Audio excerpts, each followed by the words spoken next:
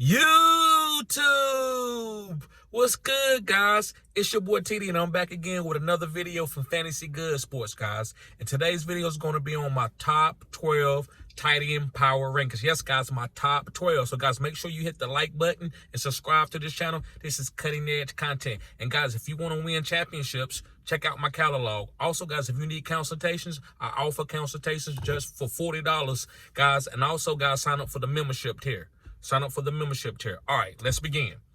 The first tight end that I like, guys, that's number one on my list is easy. Everybody knows this. I'm not going to hold you up on this video giving you top 12 rankings. I'm going to go through these guys kind of fast.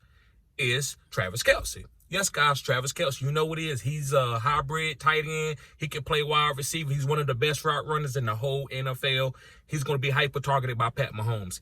You got to have him number one. Only thing that can derail this guy is an injury. Moving on to my number two guy, which this guy's back up in the top 5 again. I believe this is going to be a breakout year. I think he could even push Travis Kelce for the number one spot is Darren Waller. And the reason why I love Darren Waller because of Daniel Jones. They bought Daniel Jones a great weapon to take his game to the next level. So Darren Waller is going to be hyper-targeted. It's just the injuries that we worried about. He's been derailed for injuries the last couple of years. So we just want him to be healthy, right?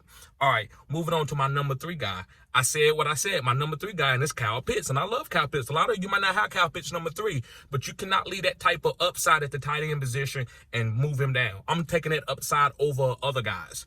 Excuse me, guys. So so Kyle Pitts, guys, could be the number 1 tight end because he's like a wide receiver. He's going to be used outside, flanker, slot, inline. He's going to be used all over. So this guy's going to be hyper-targeted like a wide receiver. Anytime a tight end is getting targeted like a wide receiver, you got to draft this guy high. You got to take that opportunity. It's just a tight end. All right, moving on to my number 4 guy, which you might feel slighted by me having this guy here, is Mark Andrews. The reason why I have Mark Andrews is because they have more weapons. You have Isaiah Likely that had a great season last year. You got Rashad Bateman that's hopefully he can stay healthy. And you got ODB, Odell Beckham. And you also got Zay Flowers that I believe is going to have a breakout season as a rookie. Like, he's going to be really good for Lamar. So I don't think it's going to be enough targets for Mark Andrews to be top 5 like he's been in the past. That's the only reason why I have Mark Andrews down at number 4. He's still going to be Lamar, one of his favorite targets in the red zone. But as far as the targets, getting targeted like 10 or 12 targets a game, like he has in the past, I don't believe that. All right, guys, moving on to my number 5 guy, and it's George Kittle. We know what George Kittle is. George Kittle could be number 1 or he could be number 7. Just depends on how this offense flows. They don't need George Kittle to win every single game. But that guy upside, his ceiling is bigger than probably anybody on this list, including Travis Kelce and Darren Waller and Kyle Pitts. Like, George Kittle can beat those guys, but it's just not consistent. It hasn't been consistent his whole career since Shanahan got there. So, guys, I think George Kittle is a great, safe number 5 ranking tight end. Moving on to my number 6 guy is David Njoku. Yes, guys, David Njoku. And the reason why I like David Njoku is because of Deshaun Watson. And I said this, every time I do my rankings on my tight ends, I tell you Deshaun Watson is going to have a better season. So that's going to help David Njoku numbers. And David Njoku is a phenom-type athlete, which is going to be used around the goal line. And in Kevin Stefanski's offense, they like to give tight ends the ball out in space and up the seam. So I love David Njoku. I think it could be another breakout season. Listen, last year he kind of broke out, but I think he can have another breakout season. He could end up being top 3 or top 5, right? A lot of these guys are all clustered. Who's going to break out, right? So I got to rank them some type of way, right? All right, moving on to my number 7 guy is Pat Freiermuth.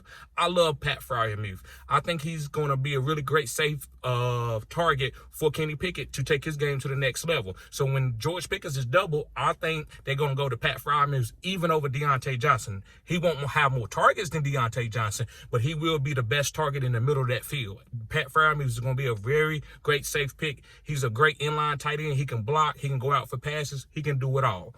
All right, guys, going on to my number 8 guy is T.J. Hockenson. Now, listen, T.J. Hockenson is a solid tight end. I just don't think he has a really high upside. Now, can he get touchdowns and end up being a top 2 tight end like he was last year because everybody's doubling Justin Jefferson? Yes, he can be. I'm just not taking him. I'd rather go take some of these other guys up with bigger upsides like George Kittle, David Njoku, Kyle Pitts. I'd rather take those guys. I'm not taking T.J. Hockenson because he's not the athlete that these guys is. Now, athletes don't mean that you're going to be a top a top point getter at the tight end position. It can just be opportunity and team and target share. So I'm not going to disrespect TJ Hawkinson. I just want a guy that's kind of got more a little bit athletically upside and can go deep and stuff like that. That's the type of tight ends and guys that I like to draft on my fantasy team. All right, guys, I'm going on to my number 9 guy is Dallas Goedert.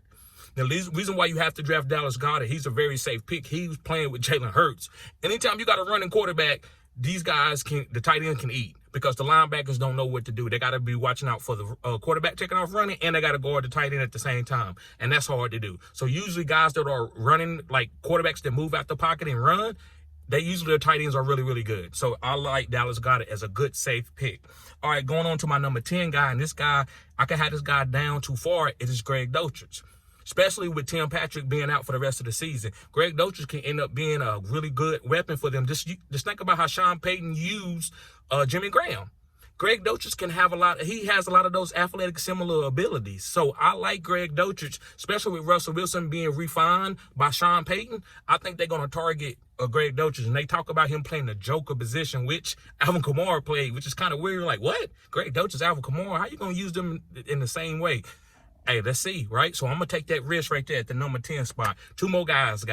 So my number 11 guy is Cole Kmet. And again, reason why I'm putting Cole Kmet over this list over a few other guys that could probably be on this list is because of his quarterback and the quarterback running ability. Cole Kmet had some really good games, especially when Justin Fields started getting them 80-yard runs and 70-yard runs and 60-yard runs. Cole Kmet was open. Again, linebackers can't play both. You can't play a running quarterback and stop a really good tight end. And Cole Kmet just got a bag. Why? Because they know he's good. It doesn't matter what he's done in the past compared to other tight ends. It's going off of upside because he's young. So I love Cole Kmet, guys, at the number 11 spot. And last but not least is Evan Ingram. And the reason why I like Evan Ingram, he's attached to a good quarterback and a good offense. With Doug Peterson being there and Trevor Lawrence taking his game to the next level like he did last year, and he's probably going to get even better, I think Evan Ingram's going to have some big games. Will it be consistent? Probably not. But will he have a high floor like he did last year? A high ceiling like he did last year when he was scoring, 30 point, 40 point, 30 point, 40 points. He's going to have a couple of those games, and those could be league-winning type games, especially in the playoff time. Who knows when those games come, right? So, guys, I love Evan Ingram for us, my number 12 guy. So, guys, make sure you hit the like button and subscribe to this channel. This is cutting-edge content. Also, become a member, guys. I got 4 member tiers. You can become a rookie just for only $1. And that just gets you where you can come in the lives and ask questions and be able to come into these private lives that I'm going to be doing. Besides that, guys, if you want to get other perks, you want to get entry fees and be able to play for prizes inside my listener leagues, sign up for the Pro Bowl tier or the Hall of Fame tier or the Phenom tier, guys, and you're going to be getting a lot of perks with that. Trust me, you want to be in these listener leagues. These are really great. Everybody interacting, people we competing. You can win jerseys, all kinds of that, guys. So make sure you sign up for the membership tier. Peace.